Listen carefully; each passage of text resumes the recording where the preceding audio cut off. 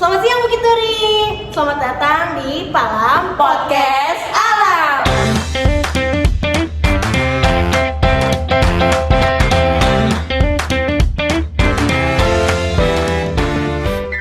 Pertama, perkenalkan saya Cecilia Loren Selatang dan juga Saya Naifal Farisi sebagai host pada podcast Alam kali ini. Nah, di episode kali ini kita kedatangan dua bintang tamu yang memiliki ketertarikan besar terhadap perubahan lingkungan.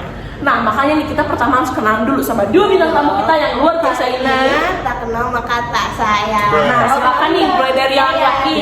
Halo Sobat Palam, nama aku Wigani Skala dan di sini juga ada nih teman aku. Halo Sobat Palam, nama saya Dwi Nita. Nah, jadi sekarang kita akan Langsung masuk aja ke ya topik yang tentang perubahan lingkungan. Kira-kira menurut kalian apa sih topik perubahan lingkungan yang sekarang tuh lagi hits? Kita tuh kan hidup di zaman-zaman yang kalau kita sekarang kan ngerasain gak sih akhir-akhir itu panas banget. Kadang iklim tuh gak nentu kapan hujan, kapan panas dan lain-lain kan.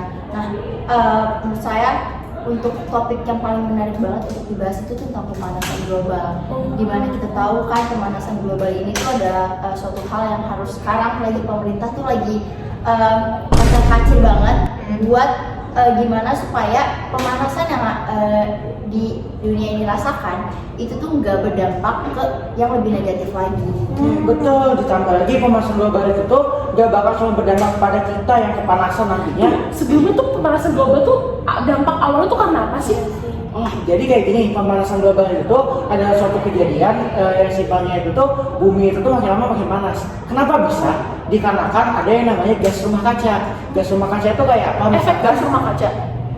Gas rumah kacanya juga selain dari efeknya. Jadi gasnya ini tersendiri bakal menghasilkan yang namanya efek gas rumah kaca. Oh, Gas rumah kaca itu tuh ada misalkan CO2 karbon dioksida. Terus ada juga kayak misalkan CH4 metana dan lain-lain. Jadi gas-gas yang sebenarnya memang ada selalu di sekitar kita ini tuh ketika berlebihan malah akan menyebabkan hal yang berbahaya banget nih. nah kira-kira tuh gas-gas CO2, metana dan lainnya itu didapat dari mana sih? Sumbernya dari mana sih? Jadi pada dasarnya gas-gas itu tuh pada dasarnya dari aktivitas manusia itu sendiri. Kayak apa tuh contohnya? Even ya, kayak misalnya sapi kentut aja, itu tuh udah menjadi sebuah gas yang kalau misalnya Jadi sebenarnya tuh gas rumah kaca itu tuh datangnya tuh dari banyak hal, terutama nih aktivitas manusia.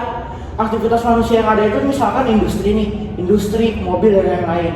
Tapi selain itu sebenarnya ada satu bidang yang menyumbang gas rumah kaca juga paling banyak, yaitu pertanian dan juga perkebunan. Kok bisa? Nah ternyata nih teman-teman, kita tuh kan manusia tuh pada punya ternak nih, peternakan kan gitu. Nah ternyata di banyak peternakan itu mereka tuh menghasilkan gas yang gede banget. Salah satunya tuh terutama dari sapi, kambing dan teman-teman. Kok bisa? Jadi hewan pokok biaknya itu cenderung mengeluarkan gas yang cukup banyak. Jadi kalau misalkan sapi kentut itu aja tuh bisa menghasilkan gas metana. Dan fun fact aja, gas metana itu tuh bisa 4 sampai 20 kali lebih memiliki efek dibandingkan gas CO2 yang dikeluarkan oleh motor, dikeluarkan oleh pabrik gitu. Jadi sebenarnya gas metana ini aja tuh udah berbahaya banget. Dan kalau kita ingat ya, sebenarnya gas rumah kaca ini tuh fungsinya tuh banyak banget nih fungsinya. Jadi gas rumah kaca ini tuh punya fungsi untuk menjaga bumi tetap hangat di jarak yang jauh dari matahari.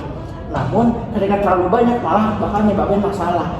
Jadi dari hal-hal yang kita anggap sepele itu bisa berdampak besar juga ya. Iya betul banget tuh. Kira-kira solusinya apa nih untuk perubahan lingkungan pemanasan global ini? Iya. Nah, kalau Solusi misalnya dari kita lihat dari solusi kita harus ubah gaya hidup kita. Salah satunya tadi apa ada Wigan bilang kalau misalnya kayak tentang asap kendaraan dan lain-lain itu kan sangat berpengaruh. Salah satunya ya kita coba untuk ubah gaya hidup kita, misalnya kita awalnya menggunakan kendaraan bermotor, kita coba untuk naik transportasi umum. Hal sepele itu aja tuh udah membantu bumi banget agar pemanasan global ini nggak terlalu over. Karena kan pemanasan global sendiri manfaatnya ya kan. Iya betul. Jadi sebenarnya pemanasan global itu tuh adalah suatu hal yang disebabkan oleh manusia dan hanya dapat dihentikan oleh manusia itu sendiri. Dan di sini teman-teman bahkan tidak cuma dari diri kita sendiri, dari negara-negara besar, hampir seluruh negara di dunia yang udah menyepakati tanda tangan perjanjian untuk menghentikan global warming yang udah ditandatangani sejak abad ke-20 sebelumnya. Jadi di sini memang manusia sendiri itu udah punya usaha yang sangat besar untuk menghentikan pemanasan global. Oke. Namun izin lanjut dikit ya. Iya. Jadi pemanasan global itu sendiri pada dasarnya itu bisa dihentikan itu tuh oleh seluruh orang bersama. Gak cuma dengan misalkan saya menghentikan nggak pakai mobil untuk kerja atau ke sekolah, tapi ternyata malah teman saya pakai mobil 2 kali buat pergi kemana-mana, itu kan malah gak berfungsi ya. Oleh karena itu dibutuhkan usaha bersama-sama dari seluruh orang di suatu negara, di suatu lingkungan, atau bahkan di seluruh dunia untuk bisa menghentikan pemanasan global. Nah, kira-kira menurut kalian solusi apa atau kegiatan apa yang bisa kita kurangin demi mengurangi dampak pemanasan global ini? Oke. Sebenarnya kalau misal kegiatan-kegiatan tadi salah satunya yang saya udah sebut, kalau misal kita ganti ke kendaraan umum, juga ada hal-hal misalnya kita perbanyak tanam pohon.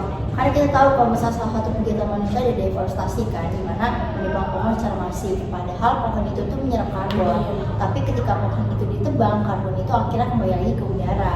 Dan itu akan kalau misalnya dilakukan secara masif, itu tuh kan akan berdampak besar ya.